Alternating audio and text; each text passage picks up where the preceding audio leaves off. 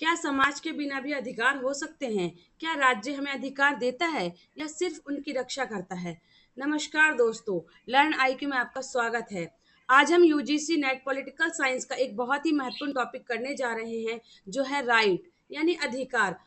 जहाँ पे हम यूनिट 1 जो है पॉलिटिकल थ्योरी उसका चैप्टर 4 जो कि राइट है उसके बारे में जानेंगे। तो चलिए बिना देरी किए शुरू करते हैं। अधिकार, जैसा कि हम देख रहे हैं, हमारा चैप्टर है अधिकार यानी राइट। तो सबसे पहले हम ये जानते हैं कि अधिकार क्या होते हैं। अगर हम बात करते हैं राजनीति विज्ञान में अधिकार का मतलब क्या होता है, तो अधिकार केवल मनमर्जी नहीं है, ये वे उचित दावे यानी जस्टिफाइड क्लेम्स होते हैं जो एक व्यक्ति अपने विकास के लिए समाज और राज्य से प्राप्त करता है। अधिकार, अधिकार जैसे यहाँ पे दिया गया, अधिकार व्यक्ति का वह दावा है जो है समाज से प्राप्त करता है और उसे शासन द्वारा लागू किया जाता है, लेकिन प्रत्येक दावा अधिकार नहीं होता। अतः नैतिक दावा ही अधिकार कहला। अधिकार, अगर मैं आपको आसान भाषा में समझाऊं तो अधिकार एक हक या दावा है। ये वो जरूरी सुविधाएं होती हैं जो समाज हमें देता है और कानून उनकी रक्षा करता है ताकि हम अपनी जिंदगी अच्छे से जी सके। चलिए मैं आपको एक एग्जांपल देकर समझाती हूँ कि बेसिकली अधिकार क्या होते हैं। जैसे हम बोलते हैं समाज में हम रहते हैं तो हम कहते हैं हमें बोलने की आजादी चाहिए। तो ये आपकी एक प्रकार की मांग हुई। तो अगर आपकी मांग जायज है, सही है, जो समाज के लिए खतरा नहीं उत्पन्न करता है, तो समाज कहेगा ठीक है यह आपकी मांग है और ये जायज है, तो आपको समाज के द्वारा रिकॉग्नाइज किया जाएगा आपकी मांग को। ठीक है, और सरकार फिर क्या करेगी, सरकार उस मांग को लेकर कानून बनाएगी और उसको समाज के द्वारा संरक्षण या राज्य के द्वारा संरक्षण प्रदान किया जाएगा। जैसे कि चलिए एक एग्जाम्पल देती हूँ। यहाँ पे आप ये कह सकते हैं कि कोई कहेगा कि मुझे चोरी करने का अधिकार चाहिए, तो क्या ये सही है? नहीं। तो समाज इसे मान्यता नहीं देगा, क्योंकि इसलिए इसको मान्यता नहीं दिया जाएगा क्योंकि हम ये कह सकते हैं कि हर प्रकार की मांग जो है वो सही नहीं होती है, ये उचित मांग नहीं है, इससे दूसरों को फायदा नहीं हो रहा है। तो इस प्रकार की मांग जो है वो सही नहीं है, इसलिए हम ये कह सकते हैं कि ये हमारा अधिकार नहीं है। हर प्रकार की जो मांग होती है वो उचित नहीं होती और इसलिए हर प्रकार के जो मांग है वो अधिकार भी नहीं कहलाते हैं। जैसे यहाँ पर हम अधिकार की बात करते हैं, तो अधिकार मानव समाज में आधुनिक युग की देन है। जैसा कि अभी तक हमने देखा, जितने भी हमारी अभी तक हम विचारधारा कर चुके हैं, जो है स्वतंत्रता, समानता, न्याय जो हमने किया, वो सब आधुनिक युग की देन है। और मानवीय इतिहास में अधिकारों की मांग की गई है। यहाँ पे हम देख रहे हैं कि अधिकार मानव समाज में आधुनिक युग की देन है और मानवीय इतिहास में अधिकारों की प्राप्ति के लिए लंबा संघर्ष देखा गया है। फ्रांसीसी और अमेरिकी क्रांति के परिणाम स्वरूप अधिकारों की घोषणा की व्यापक रूप में स्वीकृति हुई। यानी अभी हमने देखा कि फ्रांसीसी क्रांति हुई, अमेरिका की क्रांति हुई, उन सब में इस प्रकार के अधिकार की मांग की गई, समाज के द्वारा इसकी मांग की गई।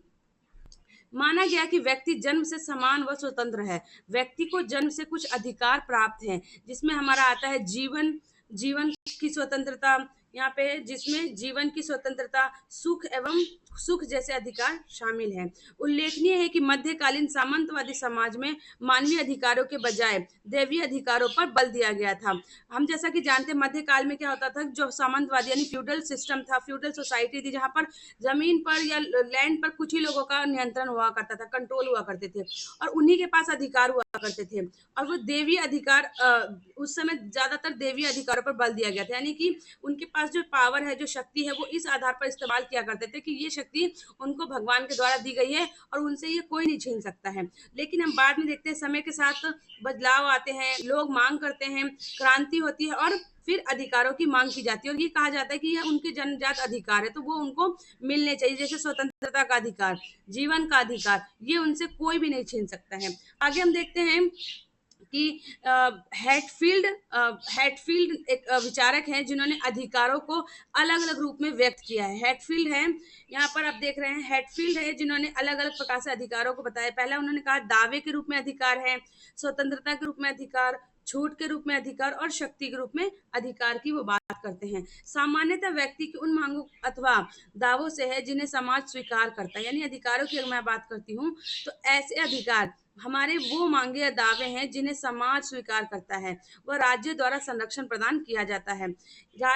समाज मांग करेगा और राज्य उसको प्रोटेक्ट करेगा। तो ये राज्य बेसिकली प्रोटेक्शन कैसे देता है? जो सरकार होती है वो कानून बनाती है और कानून के द्वारा हमारे अधिकारों की सुरक्षा की जाती है। जैसे हम बोलते हैं, अभी हम आगे पढ़ेंगे कि हमारे पास कितने प्रकार के अधिकार दिए गए हैं। हमारे पास जो है मौलिक अधिकार है, तो उनको प्रोटेक्शन कैसे मिलता है? उनके लिए कोड बनाए गए हैं ताकि लोगों के जो अधिकार है उनका हनन ना हो।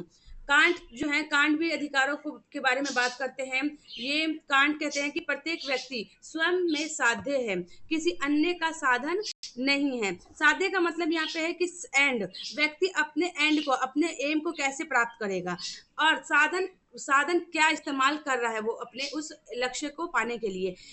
इसलिए एक व्यक्ति को दूसरे व्यक्ति के लिए यंत्र की तरह प्रयोग में नहीं लाना चाहिए। अधिकार सामान्यतः समाज में पाए जाते हैं। अधिकार सामान्यतः समाज में पाए जाते हैं। अधिकार सामान्यतः समाज में पाए जाते हैं, समाज से बाहर नहीं। इसलिए वे दावी जिनकी समाज में स्वीकृति होती है वे अधिकार के रूप में होते हैं। यानी अधिकार वो होंगे जिनको समाज के द्वारा मान्यता दी जाएगी। मूल प्रश्न है कि क्या विषमता मूलक समाज में सभी व्यक्तियों के दावों का समान महत्व होगा? विषमता मूलक समाज कहने का मतलब जहाँ पे समाज में हमें बहुत अलग अलग प्रकार के लोग, अलग अलग कल्चर देखने को मिलते हैं, विषमताएं देखने को मिलती है, तो क्या वहाँ पे व्यक्तियों के दावों का समान महत्व होगा? इसलिए अधिकार का अभिप्राय केवल राजनीतिक रूप में अधिकार की प्राप्ति ही नहीं, अपितु सामाजिक एवं आर्थिक समाज भी अधिकार भी आवश्यक है। जैसे मतदान का अधिकार। मतदान का अधिकार मतदान का अधिकार तब तक एकांगी एवं अपूर्ण होगा जब व्यक्ति को कार्य करने का अधिकार एवं न्यूनतम गरिमा में जीवन का अधिकार प्रदान न किया जाए। यानी कि अपितु सामाजिक एवं आर्थिक अधिकार भी आवश्यक है। केवल राजनीतिक अधिकार देना काफी नहीं है, बल्कि समाज में रहने के नाते, एक समाज का हिस्सा होने के नाते भी उनको अधिकार मिलने चाहिए। अधिकारों के अगर स्रोत की अगर हम बात करते हैं या उनके सिद्धांत की बात करते हैं, तो सबसे पहले हमारा आता है प्राकृतिक अधिकारों का सिद्धांत या स्रोत। इसमें हम क्या पढ़ते हैं? इसमें पढ़ते हैं वो अधिकार जो जन्मजात है, जो हमें जन्म से मिले हैं, जिसको हमें समाज के द्वारा, जो अधिकार जो हमें समाज के द्वारा नहीं दिए गए हैं। और इसके प्रबल समर्थक जो है वो लॉक माने गए हैं, जिन्होंने 17वीं सदी में अधिकार के बारे में बताया कि अधिकार जन्मजात होते हैं और ये लोगों को जन्म से ही मिले हुए होते हैं। उसमें उन्होंने कहा कि व्यक्ति को जन्म से कुछ अधिकार प्राप्त है, जैसे स्वतंत्रता का अधिकार, जीवन का अधिकार और संपत्ति का अधिकार। ये बहुत ही इंपॉर्टेंट है। यहाँ से क्वेश्चन पूछे जाते हैं कि लॉक ने कितने प्रकार के अधिकारों की बात की है? स्वतंत्रता के अधिकार की बात करते हैं, जीवन का अधिकार और संपत्ति का अधिकार। ये प्राकृतिक अधिकारों का उदाहरण है। प्राकृतिक अधिकारों में लॉक के हिसाब से कौन कौन से अधिकार शामिल है? तो ये सारे हैं: स्वतंत्रता का अधिकार, जीवन का अधिकार और संपत्ति का अधिकार। इसके अलावा लॉक आगे और बात करते, वो कहते हैं कि राज्य या सरकार साधन व व्यक्ति के अधिकार साध्य हैं। यानी साधन, यानी वो मोड क्या है, वो तरीका क्या है? तो वो राज्य और सरकार है। यानी राज्य और सरकार इसलिए है ताकि लोगों के अधिकारों की सुरक्षा हो सके। व्यक्ति के अधिकार साध्य है, यानी वो एंड है। व्यक्ति का एंड तभी फुलफिल होगा जब सरकार होगी, राज्य होंगे और वो उनको प्रोटेक्ट करेंगे, उनके अधिकारों को। तथा राज्य सरकार का महत्वपूर्ण कार्य इन अधिकारों की सुरक्षा करना है। लोग बस बोलते हैं कि राज्य और स्टेट जो है बेसिकली वो इसलिए आए हैं या इसलिए उनको बनाया गया है ताकि वो लोगों के जो प्राकृतिक अधिकार हैं, जिसमें स्वतंत्रता का अधिकार, जीवन का अधिकार और संपत्ति का अधिकार है, उनकी सुरक्षा हो सके। आगे हम देखते हैं कि अधिकारों का पहला सिद्धांत प्राकृतिक अधिकारों के सिद्धांत के रूप में विकसित हुआ। अगर हम बात करते हैं तो सबसे पहले हमने देखा प्राकृतिक अधिकारों के सिद्धांत के रूप में विकसित हुआ, जिसका मतलब है कि व्यक्ति को प्रकृति से अधिकार प्राप्त है। ये किसी के द्वारा दिया नहीं गया है, न किसी समाज के द्वारा, न किसी राज्य के द्वारा, न किसी सरकार के द्वारा। ये व्यक्ति ने जब से जन्म लिया है, व्यक्ति को जन्म के साथ ही ये अधिकार मिल गए हैं। ये अधिकार व्यक्ति को ईश्वर द्वारा प्रदान किए गए हैं, राज्य या सरकार द्वारा नहीं। तो प्राकृतिक अधिकारों में हम सिंपल इतना बोल सकते हैं कि प्राकृतिक अधिकार का मतलब वो अधिकार होते हैं जो हमें ईश्वर के द्वारा प्रदान किए गए, ना कि समाज या फिर राज्य के द्वारा। ठीक है, तो ये एक साधन है जिसके द्वारा इन अधिकारों की रक्षा की जाती है। और जो प्राकृतिक अधिकारों का के समर्थक है वो बेसिकली राज्य और सरकार को एक साधन मानते हैं। ये भी बहुत इंपॉर्टेंट है, एक साधन के रूप में बात करते हैं। आगे हम देखते हैं लॉक ने प्राकृतिक अधिकारों का सहारा लेकर लॉक ने प्राकृतिक अधिकारों का सहारा लेकर सीमित राज्य की कल्पना की है। उन्होंने प्राकृतिक अधिकारों का सहारा लेकर, जैसा कि उन्होंने बोला कि स्टेट या राज्य का काम सिर्फ और सिर्फ 3 प्रकार के जो अधिकार प्राकृतिक अधिकार दिए गए उनकी रक्षा करना है, इसकी इससे ज़्यादा कुछ भी नहीं। उसने ये भी कहा कि इन अधिकारों को राज्य सरकार द्वारा सीमित किया जाएगा, इन अधिकारों को राज्य सरकार द्वारा सीमित किया जाएगा तो व्यक्ति को क्रांति करने का अधिकार होगा। उनके अनुसार जीवन, स्वतंत्रता, संपत्ति के अधिकार जन्मजात हैं, जिसमें संपत्ति के अधिकार को सबसे मुख्य माना गया है, जिसमें जीवन स्वतंत्रता के अधिकार को शामिल कर लिया गया है। अमेरिका में जैफरसन और मेडिसन द्वारा लॉक की इन मान्यता को संवैधानिक आधार प्रदान किया गया। प्राकृतिक अधिकारों के द्वारा लॉक ने निरंकुश राज्य के बजाय संसद की शक्तियों का समर्थन किया है। अमेरिका के 2 महत्वपूर्ण विचारक है, जैफरसन और मेडिसन, ने भी लॉक की इस प्रकार की मान्यता को स्वीकार किया है। उन्होंने जो बोला है कि प्राकृतिक अधिकार 3 प्रकार के होते हैं। आगे हम देखते हैं कुछ आधारों पर इनके जो लॉक के द्वारा विचार दिए गए हैं अधिकारों को लेकर उनकी आलोचना की गई है। ऋषि कहते हैं कि प्राकृतिक शब्द को परिभाषित करना ही कठिन है, इसलिए ये सिद्धांत अत्यधिक भ्रम उत्पन्न करता है क्योंकि प्राकृतिक शब्द से निम्नलिखित अर्थ हो सकते हैं। यहाँ पर ये जो ऋषि विचारक हैं उन्होंने लॉक की जो प्राकृतिक अधिकारों की जो संकल्पना प्रस्तुत की गई है उनके आलोचना के स्वरूप उन्होंने बोला कि जो लॉक ने बात की है 3 प्रकार की, तो वो कहते हैं कि प्राकृतिक शब्द को ही परिभाषित करना मुश्किल है, बहुत ही कठिन है। तो किस प्रकार से हम कह सकते हैं कि प्राकृतिक अधिकार में सिर्फ और सिर्फ 3 प्रकार के अधिकार आएंगे? नहीं, वो कहते हैं कि समूची सृष्टि समा जाएगी। अगर हम बात करते हैं प्राकृतिक तो उसमें तो सारी सृष्टि आ जाती है अकॉर्डिंग टू ऋषि। गैर मानवीय भाग आदर्श या संपूर्ण उद्देश्य के रूप में मौलिक अर्थ भी होता है, इसका सामान्य रूप में भी व्यक्त किया जा सकता है, यानी कि ये आधार बताए हैं और इन्होंने उनकी आलोचना की है जो लॉक ने प्राकृतिक संकल्पनाएं प्रस्तुत की हैं। इसलिए प्राकृतिक शब्द अपने आप में अस्पष्ट है, जैसे दास प्रथा को प्राकृतिक माना गया जबकि कुछ ने अप्राकृतिक माना। कुछ लोगों के अनुसार पुरुष व महिलाओं के मध्य प्रकृति से ही समानता है जबकि दूसरे इसे अस्वीकृत करते हैं। कुछ कहते हैं निजी संपत्ति प्राकृतिक अधिकार है जबकि कुछ इसका खंडन करते हैं। तो ये इन आधारों पर प्राकृतिक शब्द जो उठाए गए प्राकृतिक अधिकार की बात की गई है ये आलोचना करते हैं। प्राकृतिक अधिकारों में वर्णित अधिकार परस्पर विरोधी प्रतीत होते हैं। फ्रांसीसी क्रांति में मुख्यतः फ्रांसीसी क्रांति की अगर हम बात करते हैं तो उसमें मुख्यतः स्वतंत्रता, समानता, बंधुत्व को मानवाधिकार के रूप में चित्रित किया गया जबकि व्यवहारिक रूप में तीनों एक दूसरे के विरोधी भी प्रतीत होते हैं। इनकी सबसे बड़ी विसंगति यानी कमी यह है कि व्यक्ति के अधिकारों को समाज से पहले व पृथक मान लिया गया है, यानी कि व्यक्ति के अधिकारों को समाज से पहले व पृथक मान लिया गया है जबकि वास्तविक रूप में व्यक्ति के अधिकार समाज में शामिल हैं। प्रत्येक अधिकार के साथ कर्तव्य जुड़े हुए होते हैं। इनकी इस आधार पर आलोचना की गई है। ये लॉक के द्वारा जो प्राकृतिक अधिकारों की संकल्पना दी गई है, ये जितने भी प्राकृतिक अधिकारों को के समर्थक हैं उनके जो द्वारा बातें कही गई उनकी आलोचना करते हुए कुछ विचारक हैं जिन्होंने कहा कि ये कहना कि सिर्फ सीमित प्राकृतिक अधिकार हैं और सरकार को इन्हीं अधिकार को प्रोटेक्ट की रक्षा करनी चाहिए, ये गलत है। जबकि वास्तविक रूप में व्यक्ति के अधिकार समाज से जुड़े हुए होते हैं, व्यक्ति समाज का हिस्सा है, समाज से उसको अलग नहीं किया जा सकता है। और क्योंकि व्यक्ति के अधिकार के साथ साथ उस व्यक्ति के क्योंकि वो समाज का हिस्सा है तो उनके अधिकार के साथ साथ उनके कुछ कर्तव्य होते हैं जो उनको पूरा करने होते हैं। वैधानिक अधिकारों का सिद्धांत, इससे पहले हमने अभी प्राकृतिक अधिकारों का सिद्धांत किया था, अब हम करेंगे वैधानिक अधिकारों का सिद्धांत। वैधानिक का मतलब क्या होता है? वैधानिक का मतलब होता है बेसिकली कानूनी रूप से, यानी कानून के द्वारा जो अधिकार हमें दिए गए हैं उनके बारे में बात की गई है। बेंथम ने प्राकृतिक अधिकार को असंगत मानकर विधि के शासन का समर्थन किया, ये बहुत इंपॉर्टेंट है। बेंथम ने प्राकृतिक अधिकारों का जो सिद्धांत है उसका समर्थन नहीं किया है बल्कि बेंथम ने वैधानिक अधिकारों का यानी कि कानून विधि के शासन का समर्थन किया। एडमंड बर्क ने भी प्राकृतिक अधिकारों का समर्थन नहीं किया है और राज्य की संकल्पना का विस्तार किया है।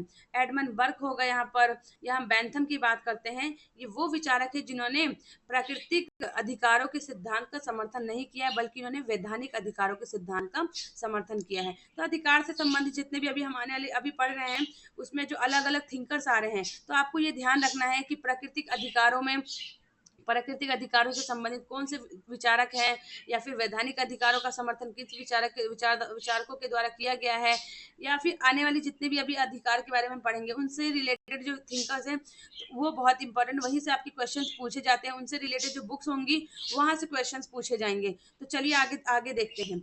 इस सिद्धांत की मान्यता के अनुसार अधिकार राज्य की देन है। जो वैधानिक अधिकारों का समर्थन करते हैं वो कहते हैं कि ये जो अधिकार हम बात कर रहे हैं कि अधिकार है, हमारे पास राइट है, तो ये अधिकार बेसिकली राज्य के द्वारा ही दिए गए हैं। राज्य द्वारा प्रदान अधिकार अधिकार कहलाते हैं। ये ना तो मनुष्य को जन्मजात प्राप्त होते हैं और ना ही व्यक्ति में अंतर्निहित है। ये बहुत इंपॉर्टेंट है। यहाँ पे आप देख रहे हैं ये क्या कहते हैं, इस सिद्धांत की मान्यता के अनुसार अधिकार राज्य की देन है, यानी राज्य के द्वारा प्रदान किए गए हैं। जब राज्य ही इसका प्रोटेक्टर है, उस संरक्षक है, तो राज्य के द्वारा ही प्रदान किए गए हैं। वो अधिकार अधिकार तभी कहलाते हैं जो राज्य के द्वारा दिए गए हैं। ये ना तो मनुष्य को जन्मजात प्राप्त होते हैं जैसा कि प्राकृतिक वाले मानते हैं, और ना ही व्यक्ति में अंतर्निहित पहले से होते हैं, ऐसा नहीं मानते, वो इस बात का खंडन करते हैं। इसलिए अधिकार प्रत्येक देश की विधि के सापेक्ष पाए जाते हैं, और अधिकार वही है जिसको कानून के द्वारा मान्यता दी जाती है। दूसरे शब्दों में अगर हम देखें तो प्रत्येक देश में अधिकारों की अलग अलग सूची प्राप्त होती है। अधिकार कृत्रिम है, प्राकृतिक नहीं है। इस सिद्धांत का आधार हॉब्स के विचारों में देखा जा सकता है, जिसके अनुसार राज्य सरकार के अभाव में विधि न्याय और अन्याय का कोई प्रश्न उपस्थित नहीं होता, क्योंकि विधि राज्य की देन है, वह अधिकार विधि के परिणाम आता है। यानी हम बात यहाँ पे अगेन हम बोले कि क्या बात, मतलब जो हॉब्स हैं वो क्या बोलते हैं, दूसरे शब्दों में प्रत्येक देश में अधिकारों की अलग अलग सूची प्राप्त होती है, अतः अधिकार कृत्रिम है।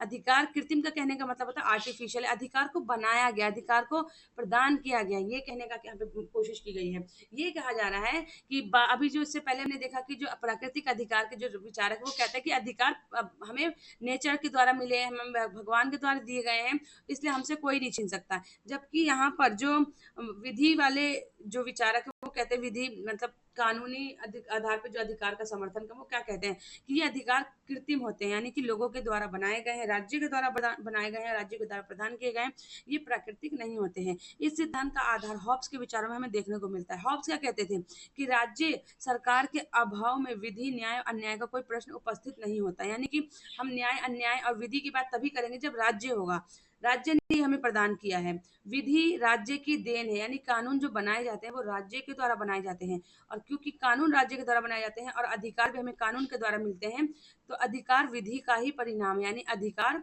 कानून के द्वारा ही बनाए जाते हैं या दिए गए हैं। ठीक है, हमारे पास अधिकार है लेकिन उसको वो तब तक अधिकार नहीं होंगे जब तक उसको कानून के द्वारा संरक्षित नहीं किया जाएगा। आगे हम देखते हैं वैधानिक अधिकारों का सिद्धांत प्राकृतिक अधिकारों का विरोधी है। बैंथम ने वैधानिक अधिकारों का सिद्धांत प्राकृतिक अधिकारों का विरोध करता है। बैंथम कहते हैं कि प्राकृतिक अधिकारों को अनर्थकारी, बकवास व निरर्थक कहा है। बैंथम ने बैंथम ने प्राकृतिक अधिकारों को अनर्थकारी, बकवास व निरर्थक कहा है, क्योंकि अधिकार राज्य द्वारा निर्मित होते हैं। बैंथम ने राज्य द्वारा निर्मित अधिकारों को महत्व दिया है। उसने न केवल प्राकृतिक अधिकारों को अस्वीकृत किया, बल्कि विधि के द्वारा ब्रिटेन में सामाजिक सुधारों का समर्थन किया। उसने ब्रिटेन में प्रचलित अनेक त्रुटिपूर्ण विधियों को अस्वीकृत किया। बैंथम बैलेकस्टोन का आलोचक था, क्योंकि बैलेकस्टोन ब्रिटेन की विधि को विश्व में सर्वोच्च विधि मानता था। इस आधार पर हम देखते हैं फिर यहाँ पर जो कुछ विधि के द्वारा दिए गए विधि जो वैधानिक अधिकारों के सिद्धांत है उनके भी कई आधारों पर आलोचना की गई। जैसे वाइल्ड के द्वारा क्या आलोचना की गई है कि विधि द्वारा अधिकारों का निर्माण नहीं होता, बल्कि विधि के द्वारा अधिकारों की पहचान प्रदान की जाती है, वो उनको संरक्षित किया जाता है। अधिकार सदैव विद्यमान होते हैं, चाहे उन्हें दर्जा प्राप्त हो या ना हो। यानी कि हम ये देख सकते हैं कि वैधानिक अधिकारों के सिद्धांतों की भी आलोचना की गई है अलग अलग विचारकों के द्वारा, इसलिए वे लागू होते हैं कि क्या वे अधिकार हैं, ना कि वे लागू होते हैं कि वे अधिकार हैं। जो क्रियान्वित होते हैं वे अधिकार नहीं होते। इसलिए अधिकारों की वैधानिक व नैतिक मान्यता दोनों आवश्यक है।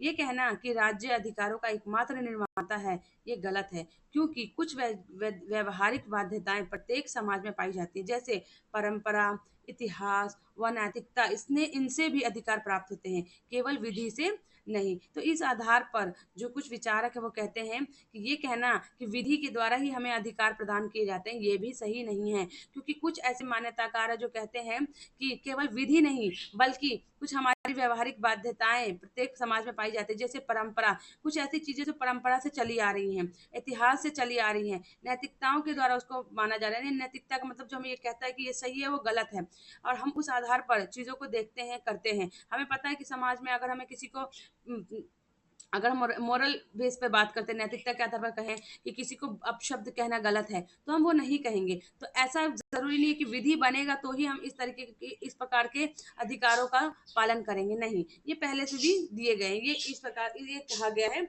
आलोचकों के द्वारा। अधिकारों का ऐतिहासिक सिद्धांत की अगर हम बात करते हैं, तो अधिकारों का ऐतिहासिक सिद्धांत, इस सिद्धांत के अनुसार क्या क्या कहा गया है? मानव को अधिकार इतिहास, परंपरा, मान्यता से प्राप्त है, ना कि समाज या राज्य से। अब अगेन ऐतिहासिक सिद्धांत वाले आते हैं जो कहते हैं कि ये जो अधिकार है वो समाज या राज्य से नहीं बल्कि इतिहास, परंपरा और मान्यता से चले आ रहे हैं। एडमंड बर्क ने इस सिद्धांत का समर्थन किया है। अब यहाँ पे आप इस चीज को हाईलाइट कर लीजिए कि यहाँ पे जो सिद्धांतकार हैं एडमंड बर्क, ये ये अधिकारों का ऐतिहासिक सिद्धांत यानी हिस्टोरिकल जो प्रिंसिपल है, जो पुराने समय से चले आ रहे हैं, जो ट्रेडिशन से परंपराएं हैं, उनका समर्थन करते हैं। अधिकारों के ऐतिहासिक सिद्धांत को एक वाक्य में व्यक्त किया जा सकता है कि इतिहास अधिकारों का निर्माण करता है। अधिकार परंपराओं के ठोस के रूप में है, क्योंकि लंबे समय तक विद्यमान परंपराएं अधिकारों का रूप धारण कर लेती है। अब क्योंकि ये इतिहास की बात कर रहे हैं, तो ये परंपराओं की बात कर रहे हैं। वो कह रहे परंपरा से चली आ रही है, ये अधिकार नई अवधारणा नहीं है, ये परंपराएं से चली आ रही हैं। रिची के मतानुसार, रिची भी जो कि ऐतिहासिक सिद्धांत का समर्थन करती है, एडमंड बर्ग भी ऐतिहासिक सिद्धांत का समर्थन करते हैं। वो क्या कहती हैं? ये कहते हैं लोगों के अधिकार परंपराओं से प्राप्त हैं, चाहे वो सत्य हो या असत्य। परंपराएं प्राथमिक या आदिम कालीन विधि हैं जिन्हें हम प्राकृतिक अधिकारों के रूप में स्वीकार करते हैं। वे भी वस्तुतः परंपरा के ही परिणाम है। एडमंड बर्क ने अधिकारों के ऐतिहासिक सिद्धांत का पूर्ण समर्थन किया है। वह प्राकृतिक अधिकारों का आलोचक था, क्योंकि प्राकृतिक अधिकारों की संकल्पना में समाज, राज्य के बजाय व्यक्ति को प्राथमिकता प्रदान की गई है। यहाँ पे देखा, प्राकृतिक अधिकारों की संकल्पना में समाज, राज्य के बजाय व्यक्ति को प्राथमिकता दी गई है। इसलिए ये जो जो ऐतिहासिक सिद्धांत का समर्थन समर्थन करने वाले जो विचारक है, जो सिद्धांतकार हैं, वो भी प्राकृतिक अधिकारों में विश्वास नहीं करते हैं। जबकि बर्क ने राज्य के महत्व को प्रतिपादित करते हुए कहा कि यह असावयवी संस्था है, ना कि कृत्रिम, जिसका इच्छानुसार निर्माण या भंग किया जा सकता है। सावयवी संस्था का मतलब ये पुरानी संस्था है, ये कोई कृत्रिम नहीं है, ये राज्य के द्वारा या सरकार के द्वारा नहीं बनाई गई है, ये बहुत पुराने समय से चली आ रही है, लोगों के द्वारा बनाई गई है, और इसलिए इसको भंग नहीं किया जा सकता है। बर्क ने गौरवमयी व अंग्रेजी क्रांति की प्रशंसा की, क्योंकि वह इस क्रांति को परंपराओं पर आधारित क्रांति मानता था, जबकि फ्रांसीसी क्रांति व्यक्ति के अमूर्त अधिकारों पर आधारित था। अमूर्त अधिकारों पर आधारित था, इसलिए वह फ्रांसीसी क्रांति का विरोधी था। जो बर्क थे वो फ्रांसीसी क्रांति के विरोधी थे, क्योंकि वो गौरवमयी क्रांति जो कि ब्रिटेन में आई थी उनका समर्थन करते थे, और वो क्रांति इसलिए आई थी क्योंकि वो परंपराओं का समर्थन करती थी। अब फ्रांसीसी क्रांति जो नई आइडियोलॉजी को, जहाँ पे वो बात करते समानता की, फ्रेटर्निटी की, यानी कि इक्वालिटी, फ्रेटर्निटी एंड लिबर्टी की बात करते थे, इस प्रकार की, क्योंकि एडमंड बर्क एक ऐतिहासिक सिद्धांतकार है, एक ऐतिहासिक विचारक है, तो वो पुरानी परंपराओं की बात करते हैं, कल्चर की बात करते हैं, और इसलिए वो नए विचारों में विश्वास नहीं करते। इनकी भी हम देखते हैं कि अब जो ऐतिहासिक सिद्धांत का रख है या उन विचारक है, उनकी भी आलोचना की गई है। ये कहना है कि हमारे सभी अधिकार परंपराओं से प्राप्त हैं, अतिशयोक्तिपूर्ण कथन है, कुछ ज़्यादा ही बढ़ा चढ़ाकर हमने बता दिया ये कि ये सारी की सारी परंपराओं से चली आ रही हैं, पुराने समय से चली आ रही हैं, इतिहास से चली आ रही हैं, ऐसा नहीं है। क्योंकि हॉकिंग ने कहा कि क्या दास प्रथा सही थी जब इसका औचित्यपूर्ण में प्रयोग होता था? दास प्रथा का प्रयोग परंपरा के आधार पर किया गया, हम इसे अधिकार नहीं मान सकते हैं। इस आधार पर इनकी आलोचना की गई कि दास प्रथा भी तो इतिहास से चली आ रही, लेकिन क्या वो सही थी? नहीं, उसको खत्म करना जरूरी था, क्योंकि इससे जो व्यक्ति हैं वो व्यक्ति अपने अधिकार का इस्तेमाल नहीं कर पा रहे थे, अधिकार को यूज नहीं कर पा रहा था, उसका शोषण हो रहा था। तो ये कहीं ना कहीं खत्म होनी चाहिए। यानी कुछ परंपराएं ऐसी होती हैं जो लंबे समय से तो चली आ रही है, लेकिन वो सही नहीं होती है, और समय के साथ उसमें बदलाव होना जरूरी हो जाता है। तो इस आधार पर कुछ जो विचारक है वो आलोचना कर, जैसे यहाँ पे दिया है, भारत में प्रचलित सती प्रथा, बाल विवाह, छुआछूत जैसी परंपराओं को अधिकारों की श्रेणी में नहीं रखा जा सकता। अतः प्रत्येक परंपरा को अधिकारों का दर्जा देना अतार्किक एवं असंगत होगा। यानी क्योंकि हमने देखा भारत में भी, अगर हम एग्जाम्पल की बात करते हैं तो सती प्रथा, बाल विवाह और छुआछूत जैसी परंपराएं जो कि बहुत ही भेदभाव पैदा करती थी समाज में, आगे बढ़ने का मौका नहीं देती थी, सभी को इक्वल नहीं मानती थी, तो ये कहीं ना कहीं भले ही परंपरा से चली आ रही थी लेकिन सही नहीं थी। तो इस प्रकार से अगर लोग कहें इस प्रकार के अधिकारों की मांग करते तो ये सही नहीं है, ये अतार्किक और असंगत है, इसलिए इसको खत्म करना बहुत जरूरी है। आगे हम देखते हैं कि सामाजिक उपयोगिता का सिद्धांत, उपयोगिता का सिद्धांत क्या कहता है। यानी उपयोगिता का मतलब यूटिलिटेरियनिज्म, यानी यूटिलिटी की बात करते हैं। इस सिद्धांत का आधार बेंथम के विचारों में हमें देखने को मिलता है। जब भी यूटिलिटी की बात आएगी ना तो ज्यादातर बेंथम का नाम आता है, जहाँ पे वो यूटिलिटी की बात करते हैं। वो कहते हैं कि समाज में अधिकतम व्यक्ति को अधिकतम सुख प्राप्त होने चाहिए। वो अधिकतम व्यक्ति के अधिकतम सुख की बात करते हैं, अधिकतम व्यक्ति को अधिकतम सुख प्राप्त होने चाहिए। यानी कि अगर कोई ऐसा नियम अधिकार है जिससे ज्यादातर समाज के बहुमत लोगों को फायदा हो रहा है, उस वो होना चाहिए, भले ही उससे कुछ लोगों को फायदा हो या ना हो। अधिकतम व्यक्तियों का अधिकतम सुख की बात करते हैं। ये जो कोट है, अधिकतम व्यक्तियों का अधिकतम सुख, ये किसके द्वारा कहा गया है, तो ये बेंथम के द्वारा कहा गया। और यहाँ से सिंपल क्वेश्चन पूछे जाते हैं कि कोट किसके द्वारा कहा गया है, और इसका क्या मतलब है। ये सामाजिक कल्याण है, क्योंकि अधिकार सामाजिक कल्याण की वे परिस्थितियां हैं जो सामाजिक रूप में उपयोग होती हैं। ये अधिकार उपयोग होती है, इसलिए बेंथम ने ब्रिटेन में प्रत्येक क्षेत्र में सुधारों का समर्थन किया जो विधि, शिक्षा, जेल व प्रशासनिक सुधार से संबंधित है। अतः को वास्तविक रूप में सामाजिक दृष्टिकोण से परिभाषित किया जा सकता है, वैधानिक या ऐतिहासिक दृष्टिकोण से नहीं। ये बेसिकली सोशल कॉन्टेक्स्ट में बात करते हैं, ये सामाजिक रूप से बात करते हैं, जहाँ पे वो बोलते हैं कि कोई भी अधिकार जिससे से ज्यादा लोगों को फायदा हो, ज्यादा से ज्यादा लोगों की सुख की बात की जाती है, तो यहाँ पर हम सामाजिक उपयोगिता के सिद्धांत की बात कर रहे हैं। व्यक्ति को प्राप्त हुई उनकी सामाजिक उपयोगिता, इसलिए कोई भी अधिकार असीमित रूप में स्वीकार नहीं किया जा सकता। व्यक्ति को अभिव्यक्ति की स्वतंत्रता का अधिकार दिया जाता है, लेकिन समाज के हित में इस पर प्रतिबंध आरोपित होते हैं। भारतीय संविधान ने जिन अधिकारों को स्वीकृत किया है उनकी सामाजिक उपयोगिता निर्विवाद है। इस सिद्धांत के अन्य समर्थक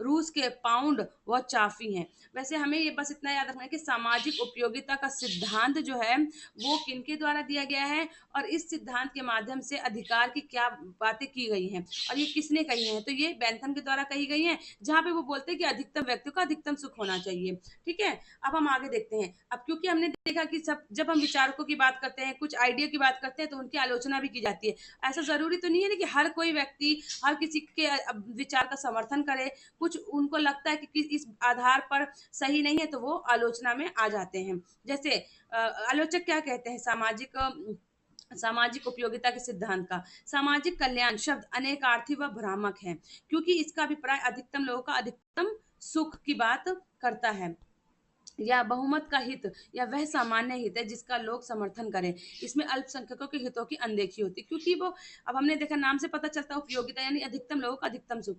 यहाँ पे वो कह रहे हैं कि आलोचना इस आधार पर करते हैं, कहते हैं कि इसमें अल्पसंख्यकों के हित को क्यों नहीं देखा गया, अल्पसंख्यकों के हित की अनदेखी हो रही है, उनको भी समर्थन मिलना चाहिए। इसकी दूसरी बड़ी कमी यह है कि व्यक्तिगत अधिकारों को संकुचित कर देती है, बहुत ही कंसाइज कर देती है, क्योंकि सामाजिक कल्याण के नाम पर व्यक्तिगत अधिकारों को सीमित किया जा सकता है।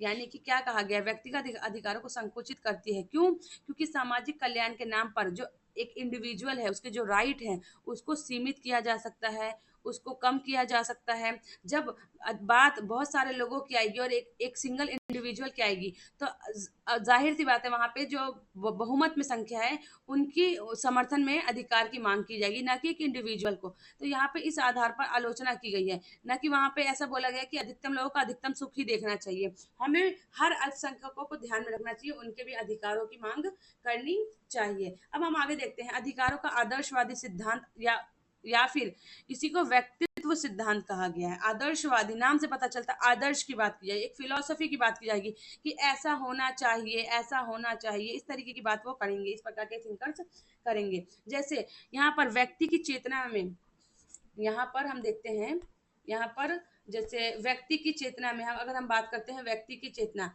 जैसे राज्य समाज, यहाँ पर हम देखते हैं व्यक्ति की चेतना में स्वतंत्रता अंतर्निहित होती है तथा स्वतंत्रता के लिए अधिकार आवश्यक है। इन अधिकारों के लिए राज्य समाज आवश्यक है। अधिकार वह भाग अथवा परिस्थितियां हैं जो व्यक्ति के व्यक्तित्व के विकास के लिए जरूरी होती हैं। यानी ये अधिकार का समर्थन किस आधार पर करते हैं? जो आदर्शवादी कहते हैं कि अधिकार व्यक्ति के व्यक्तित्व के विकास के लिए बहुत जरूरी है। इसके यहाँ पे हम टी.एच. ग्रीन को देखते हैं। टी.एच. ग्रीन क्या कहते हैं? ये परिस्थितियां राज्य अथवा समाज द्वारा प्रदान किया जाता है। अगेन राज्य और समाज के समर्थन की बात करते हैं। कहते हैं कि बिना समाज और राज्य के व्यक्ति को अधिकार की सुरक्षा नहीं है, जिससे व्यक्ति को नैतिक बनाने का प्रयास किया जाता है। यानी व्यक्ति को नैतिक बनाया जाता है। व्यक्ति के लिए क्या सही है, क्या गलत है, राज्य डिसाइड करता है। राज्य हमें बताता है कि ये सही है, ये गलत है। ठीक है, इस प्रकार से जो टी.एच. ग्रीन है वो अधिकार का समर्थन करते हैं। हम आगे देखते हैं यहाँ पर कि अधिकार व्यक्ति की मांग अथवा दावा है। अधिकार व्यक्ति की वह मांग व दावा है जिसे समाज द्वारा स्वीकृति प्राप्त होती है।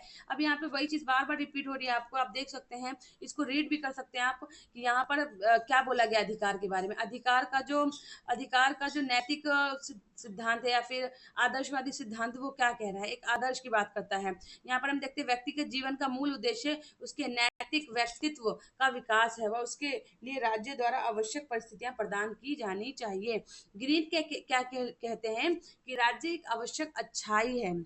राज्य एक आवश्यक अच्छाई है जो व्यक्ति के व्यक्तित्व के विकास में सहायक है, क्योंकि किसी व्यक्ति को बाध्यकारी रूप में नैतिक नहीं बनाया जा सकता, बल्कि नैतिक बनने के लिए परिस्थितियां प्रदान की जानी चाहिए। इसलिए ग्रीन का सिद्धांत है कि शक्ति नहीं, इच्छा ही राज्य का आधार होनी चाहिए। यानी जोर जबरदस्ती नहीं करना है, बल्कि कुछ ऐसे नियम कानून बनाने जिसको लोगों को मानना ही पड़ेगा, लोग मानने के लिए खुद ही मानने को तैयार हो जाए। ठीक है, जैसे अगर मैं यहाँ पे ये भी कह सकती हूँ कि जैसे हम अगर मान लो कि एग्जांपल लेते हैं कि जैसे रोड, जब हम सड़क पे जाते हैं, गाड़ी चलाते हैं, तो वहाँ पे कुछ नियम कानून हमें फॉलो करने पड़ते हैं। तो वो वहां पर लोगों को फोर्स नहीं किया जा रहा है, लोग अपने से ही उस रूल को फॉलो करेंगे, लेकिन फिर भी सरकार के द्वारा कानून बनाए गए ताकि लोगों में एक डर हो कि हाँ, ये कानून बनाए किसके लिए गए, हमारे लिए बनाए गए, हमारी सेफ्टी को ध्यान में रख के बनाए गए हैं। तो ये कहीं ना कहीं हम यहाँ पे समझ सकते हैं, वो कह रहे हैं कि ये राज्य के द्वारा जोर जबरदस्ती नहीं, बल्कि राज्य कुछ ऐसे नियम बनाए जिससे लोग उस नियम को मानने के लिए खुद तैयार हो जाए, उन पर जोर जबरदस्ती ना की जाए। ठीक है, आगे हम देखते हैं, इनकी भी आलोचना की गई। ऑफकोर्स जब सभी विचारकों के द्वारा जो बातें कही गई उनकी आलोचना की जा रही, तो इनकी भी आलोचना की गई किसी आधार पर। जैसे यहाँ पर हमारा सबसे पहले यह निर्धारण करना कठिन है कि प्रत्येक व्यक्ति के व्यक्तित्व के विकास के लिए किस प्रकार की परिस्थितियां उपलब्ध हो। अब क्योंकि हमने देखा वो ऊपर क्या बात की गई है, कहते हैं कि इस प्रकार की परिस्थितियां बनाओ जहां पे लोग खुद इस बात को मानने के लिए तैयार हो जाएं और अपने अधिकार बेसिकली मानने के लिए तैयार हो जाए, राज्य को जोर जबरदस्ती ना करना पड़े। तो अब यहाँ पे ये आलोचना इस आधार पर कर रहे हैं ना कि आखिर वो कौन सी परिस्थितियां होंगी, वो कौन सी परिस्थितियां होंगी जिससे ये पता चलेगा कि व्यक्ति के विकास के लिए जरूरी है। इस अधिकार के सिद्धांत में सामाजिक हित या भलाई को ज्यादा महत्वपूर्ण माना गया है, जिसके द्वारा व्यक्ति के अधिकारों की अवहेलना हो सकती है। सांस्कृतिक अधिकार का प्रचलन 70 के दशक में शुरू हुआ था। अब सांस्कृतिक अधिकार का मतलब है संस्कृति, यानी हमारे जो कल्चरल राइट्स होते हैं, हमारे कल्चरल का मतलब, सांस्कृतिक अधिकार का मतलब जो हमारे खान पान होते हैं, हमारे रहन सहन होती है, हमारी बोलचाल की भाषाएं होती हैं, ठीक है, उनके बारे में बात की गई। ये सब भी हमें 1970 के दशक में देखने को मिलता है। सामाजिक एवं आर्थिक अधिकार में कुछ भौतिक परिस्थितियां अथवा न्यूनतम स्थितियां होती हैं जिनमें व्यक्ति अपने व्यक्तित्व का विकास कर सकते हैं। आगे हम देखते हैं अल्पसंख्यकों के अधिकार की बात की गई है। अल्पसंख्यकों के माइनॉरिटी राइट की बात करते हैं। आज के समय पे माइनॉरिटी राइट कितना ज्यादा इंपॉर्टेंट है, यहाँ पर हमें ये क्योंकि एक जो माइनॉरिटी यानी अल्पसंख्यक होते हैं वो भी हमारे जो जो अल्पसंख्यक है वो भी समाज का हिस्सा है। तो अगर सबको अधिकार मिल रहे हैं, राइट की हम बात कर रहे हैं, तो वो फिर समाज में पिछड़े क्यों रहे, उनके साथ भी भेदभाव क्यों हो रहा है, उनको भी वो सारे राइट, सारे अधिकार, सारी स्वतंत्रताएं मिलनी चाहिए, क्योंकि वो ये उनका अधिकार है, उनका हक है। जैसे बहुसंस्कृतिवादियों ने अल्पसंख्यकों के अधिकारों का समर्थन करते हुए उदारवादी स्वायत्त स्वायत्त एवं स्वतंत्र व्यक्ति की कल्पना को अस्वीकृत कर दिया। जैसे कि हम आने वाली क्लासेस में मैं आपको पढ़ाऊंगी कि जो उदारवादी है ना, वो ज्यादातर इंडिविजुअल लिबर्टी की बात करते हैं, वो इंडिविजुअल को ही इंपॉर्टेंट मानते हैं। वो कहते हैं कि एक इंडिविजुअल जो है ना, उसको वो सारे अधिकार मिलने चाहिए, अपना विकास करने का अधिकार होना चाहिए, मतलब उनको डेवलपमेंट का पूरा राइट, पूरा अधिकार मिल जाए। लेकिन जो बहुसंस्कृति, जो मल्टीकल्चरलिस्ट हैं, वो अल्पसंख्यकों के राइट्स की बात करते हैं। वो कहते हैं कि नहीं, अल्पसंख्यकों को भी उनके राइट मिलने चाहिए, क्योंकि व्यक्ति संस्कृति व समुदाय का सदस्य होता है। राज्य द्वारा निर्मित विधियों पर संस्कृति का प्रभाव स्पष्ट रूप में पड़ता है। अब ये बहुत इंपॉर्टेंट, यहाँ पे आप पहले ये बात समझिए क्या बोला गया है कि निर्मित विधियों, यहाँ पे ये जो बहुसंस्कृतिवादी होते हैं या जो बहुसंस्कृति वादी विचारक है, वो क्या कहते हैं कि जो जो भी सरकार है, वो जो कानून बनाएगी ना, वो कानून इस प्रकार से बनने चाहिए जिसमें कि जो अल्पसंख्यक हैं उनके भी अधिकार, उनके कल्चर को भी समर्थन मिलना चाहिए, ताकि उनको भी वो अपना विकास कर सके। जैसे हम यहाँ पे उदाहरण दे रखा आपको, विवाह, तलाक, संपत्ति इत्यादि विधियां संस्कृति से प्रभावित होती हैं, इसलिए राज्य द्वारा सामान्य हित की प्राप्ति का प्रयास किया जाता है। सांस्कृतिक सापेक्ष होता है, वह कभी कभी अन्य संस्कृति से संघर्ष होने की संभावना होती है। यानी हर किसी का अपना कल्चर है, अपनी संस्कृति है, अपने रीति रिवाज है, तो हर किसी को जो है समर्थन मिलना चाहिए, किसी के साथ भी भेदभाव नहीं होना चाहिए। बहुसंस्कृतिवादियों ने उदारवादी लोकतंत्र का एक विकल्प प्रस्तुत किया। उनके अनुसार समानता का अभिप्राय अल्पसंख्यक समुदाय की समानता नहीं होती, अल्पसंख्यक समुदाय की समानता नहीं होती, इसलिए अल्पसंख्यकों की संस्कृति को संरक्षित करने के लिए विशेष अधिकारों की जरूरत है। ये मांग कौन करते हैं? ये बहुसंस्कृतिवादी विचारक करते हैं अल्पसंख्यकों के लिए। यहाँ पे हम आगे देखते हैं कि जो बहुसंस्कृतिवादी के अनुसार राष्ट्र राज्य में संस्कृति को संरक्षित करने की आवश्यकता है, क्योंकि आज के समय पर हम देखते हैं नेशन स्टेट का कॉन्सेप्ट चलता है, यानी एक राज्य कैसा है, वो उसका कल्चर क्या है और राज्य क्या है। इसलिए समाज में अल्पसंख्यकों की संस्कृति के संरक्षण यानी प्रोटेक्शन की जरूरत है। अल्पसंख्यकों के कल्चर को भी समर्थन मिलना चाहिए।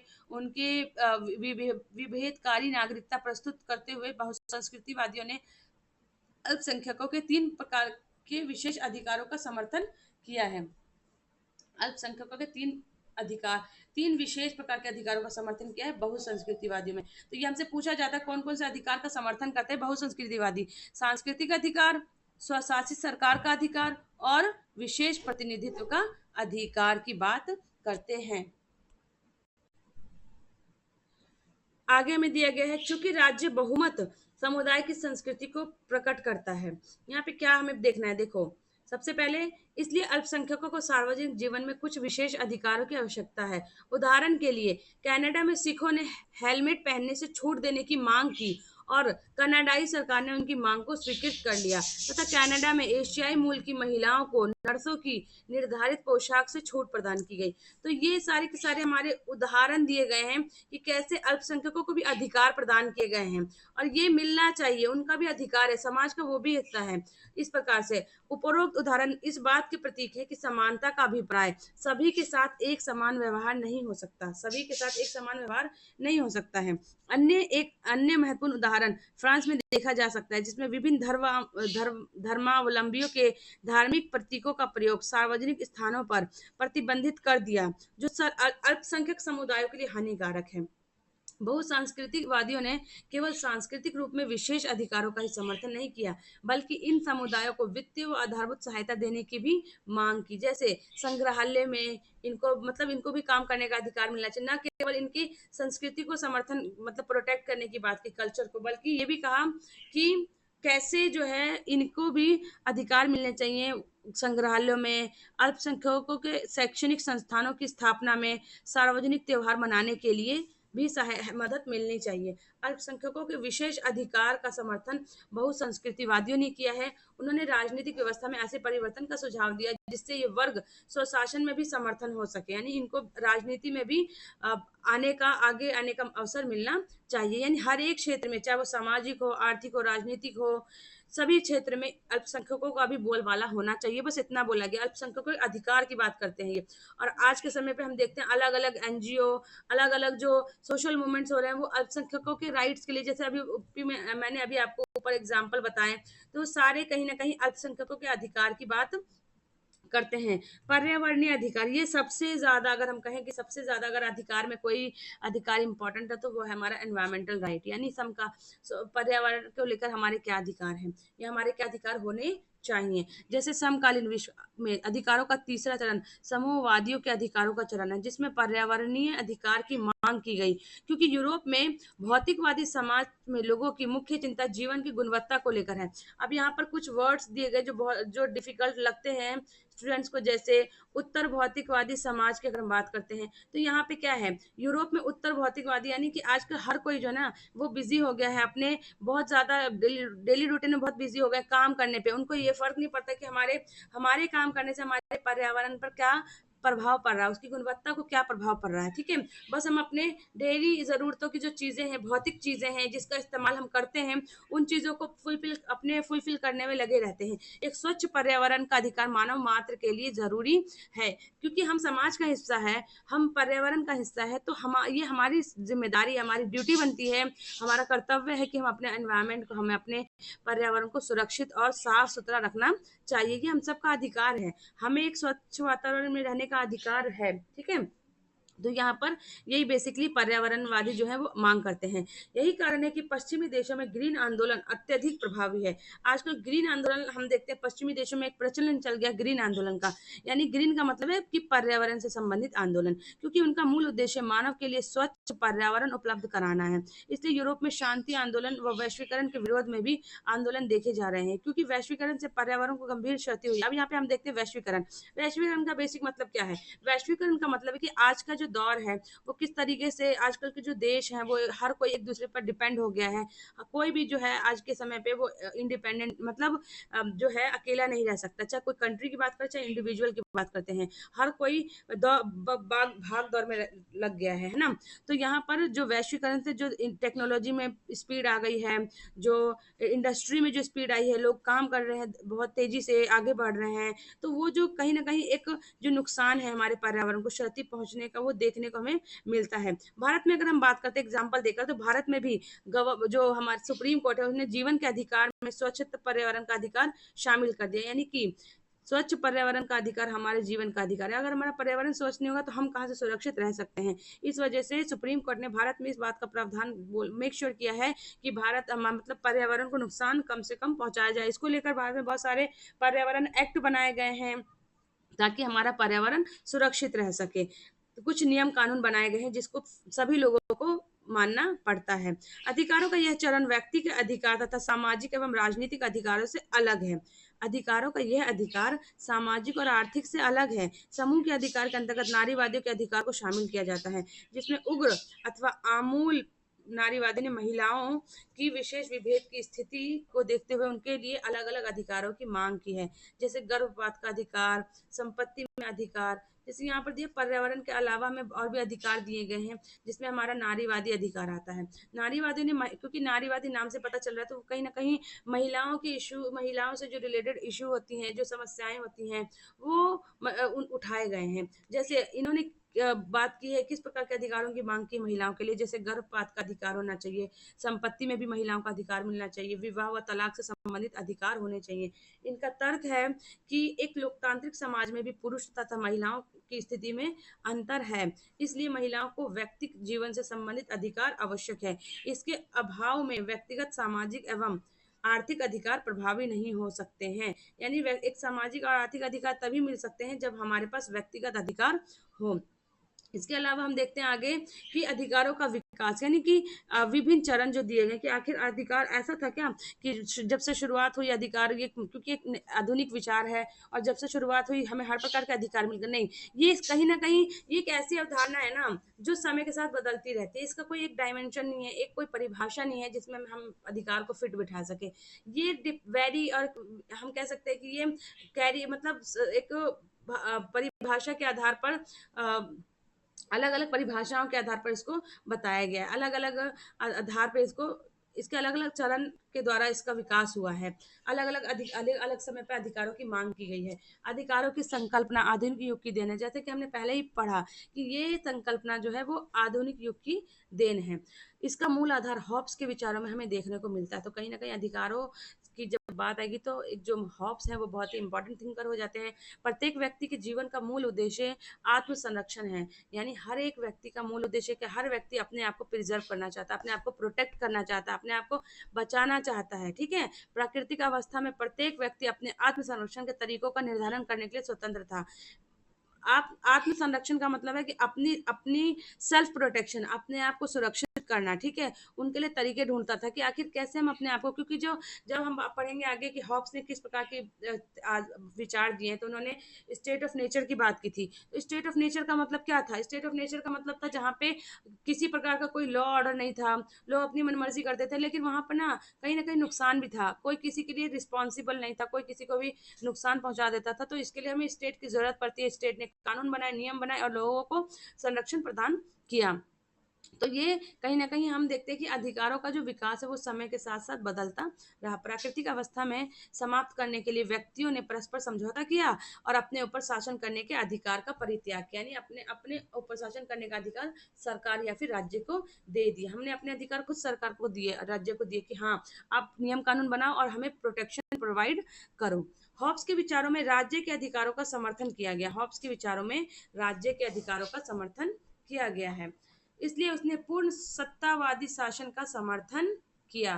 पूर्ण यानी कि पूर्ण सत्तावादी शासन का समर्थन किया। अधिकारों की संकल्पना के जन्मदाता जॉन लॉक हैं।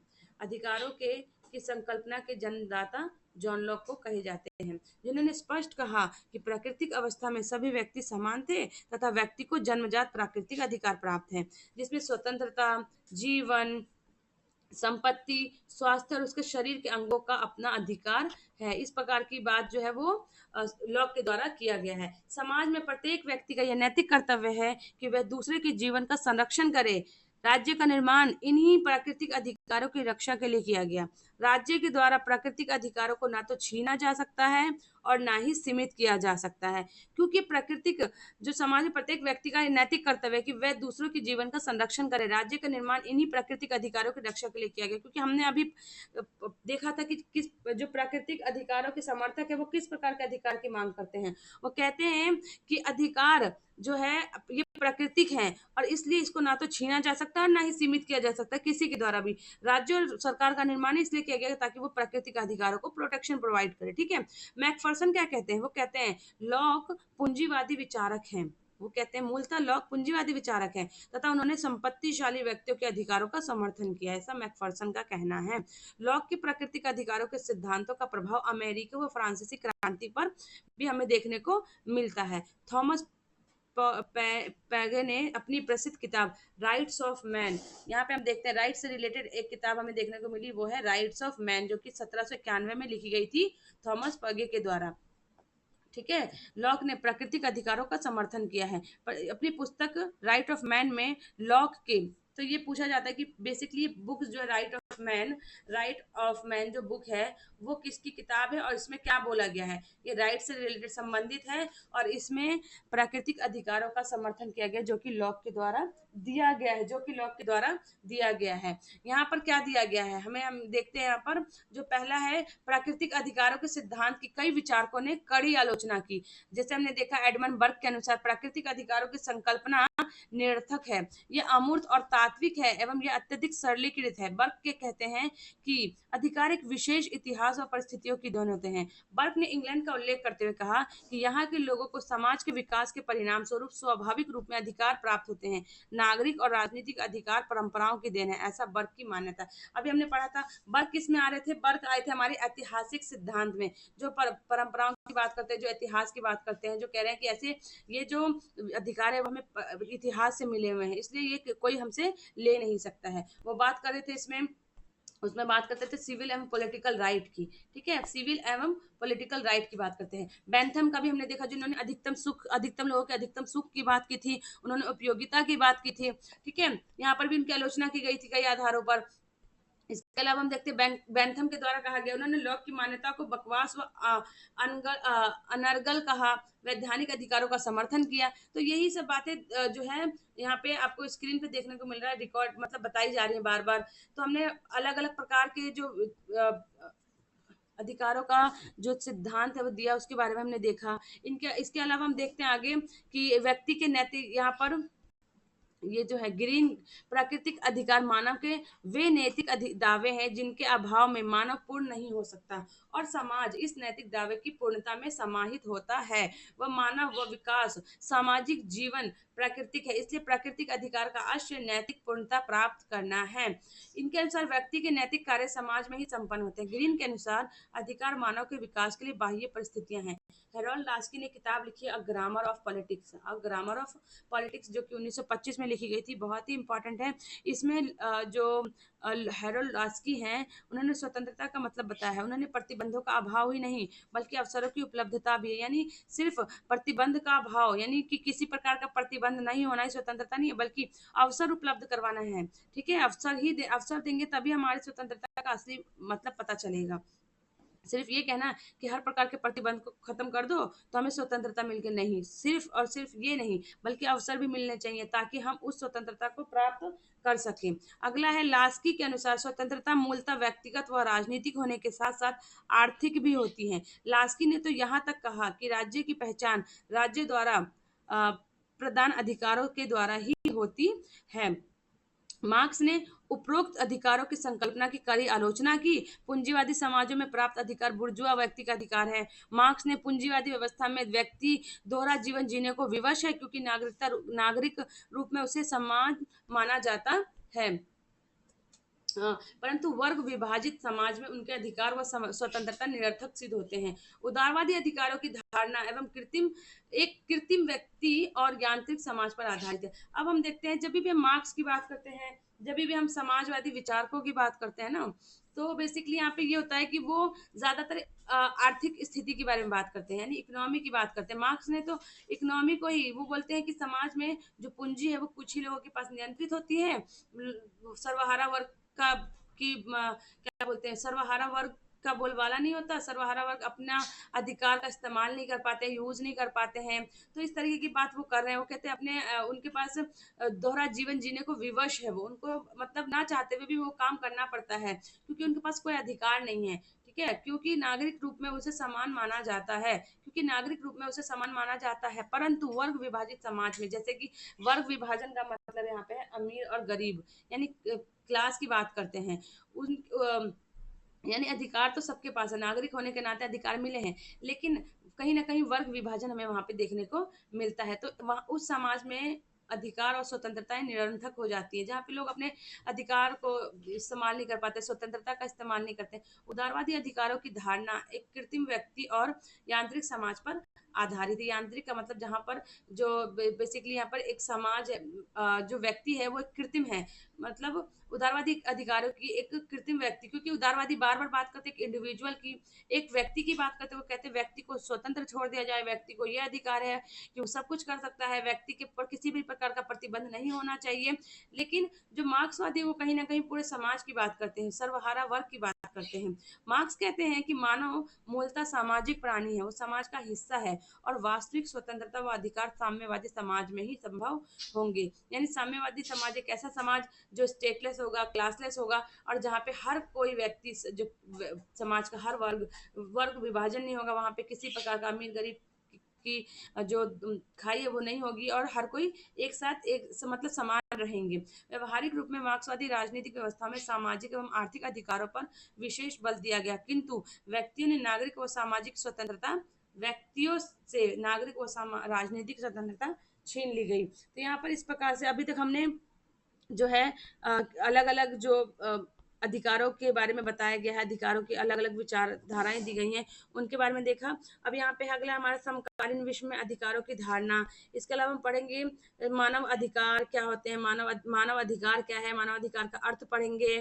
मानव अधिकार इससे संबंधित वैचारिक विवाद कब आए, मानवाधिकार सार्वभौमिक या सापेक्ष, या फिर एशियाई मूल्य के बारे में हम पढ़ेंगे, अलग अलग कंट्रीज में जो लोगों के साथ कैसा व्यवहार हो रहा है, समुदायवादियों का क्या कहना है मानवाधिकार को लेकर, उनका क्या दृष्टिकोण है, नारीवादियों ने क्या कहा है।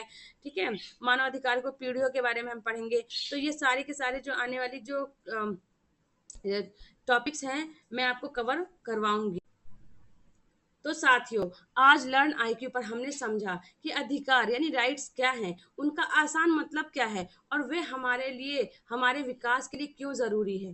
ठीक है, अधिकार आपकी वह उचित मांग है जिसे समाज स्वीकार करता है और राज्य सुरक्षा देता है। बिना अधिकारों के एक सभ्य समाज की कल्पना करना नामुमकिन है, हम ये कह सकते हैं। लेकिन रुकिए, कहानी अभी आधी हुई है। अगले लेक्चर में हम और अधिकारों से संबंधित जो रह गया हमारा लेक्चर वो जानेंगे।